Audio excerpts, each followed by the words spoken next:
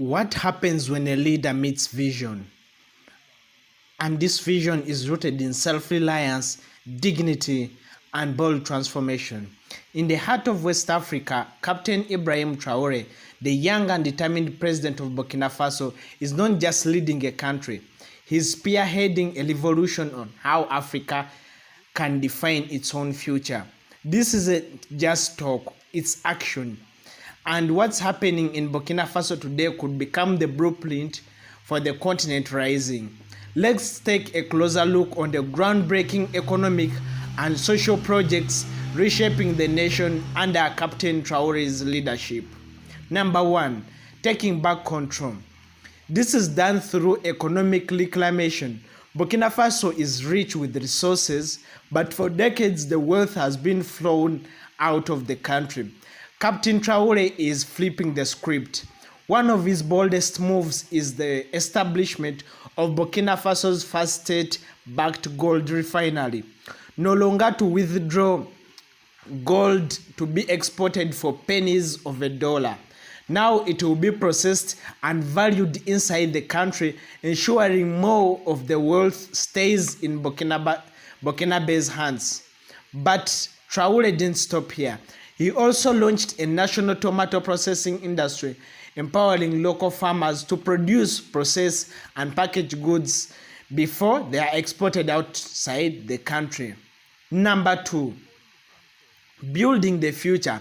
This is through the infrastructure with purpose.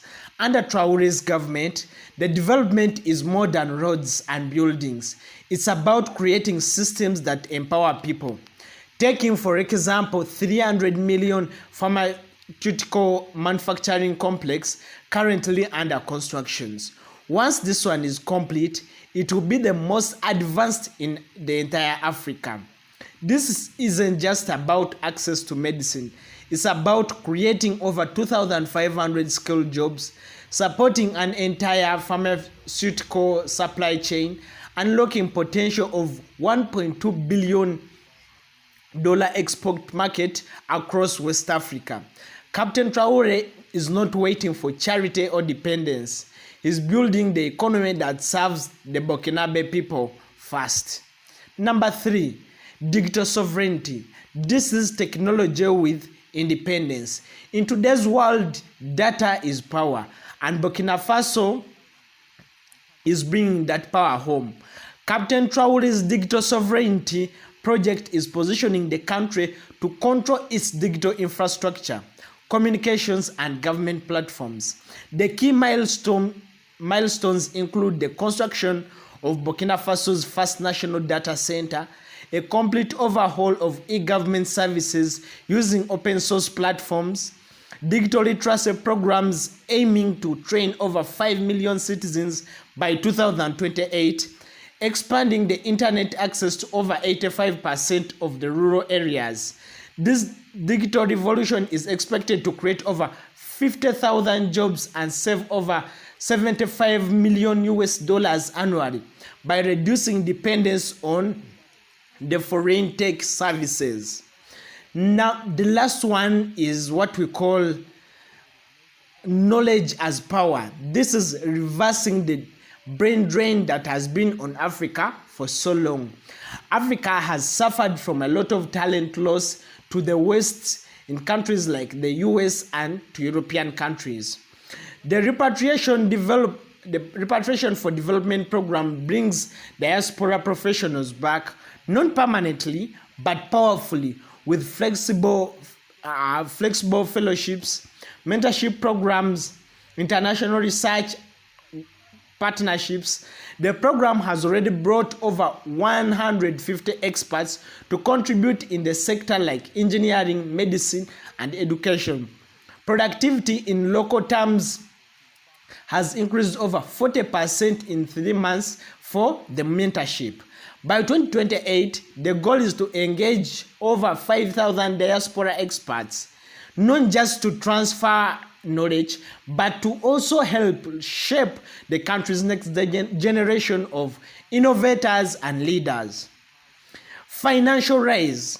This is the Diaspora Investment Bank, perhaps one of the most strategic moves by Captain Traore himself. Captain Traore recently launched the Burkina Faso Diaspora Investment Bank. Its mission is very clear, is to turn the diaspora wealth into a national development.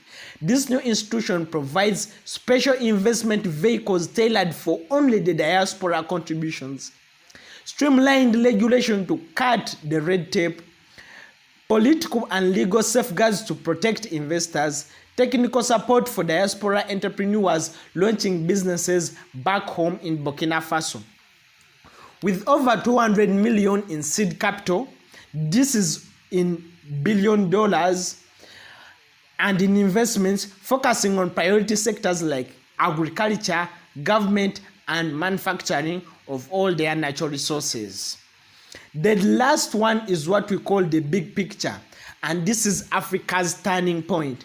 Captain Traore isn't just building factories or launching programs. He's building confidence. He's providing that an African nation can chart its own course, and that can move beyond dependence into strategic independence, with its people, its skills, and its resources at the center. And now the call goes out to all Africans, but to also the diaspora. Your homeland isn't waiting for saviors, it's building systems, and it's ready for partners. What can you bring? Capital, expertise, global connections. Because one thing is clear, Burkina Faso's transformation isn't just about national pride, it's continental potential. This is not just a country's journey, this could be the entire Africa's future. Written by Africans, for Africans, and led by a generation of visionaries.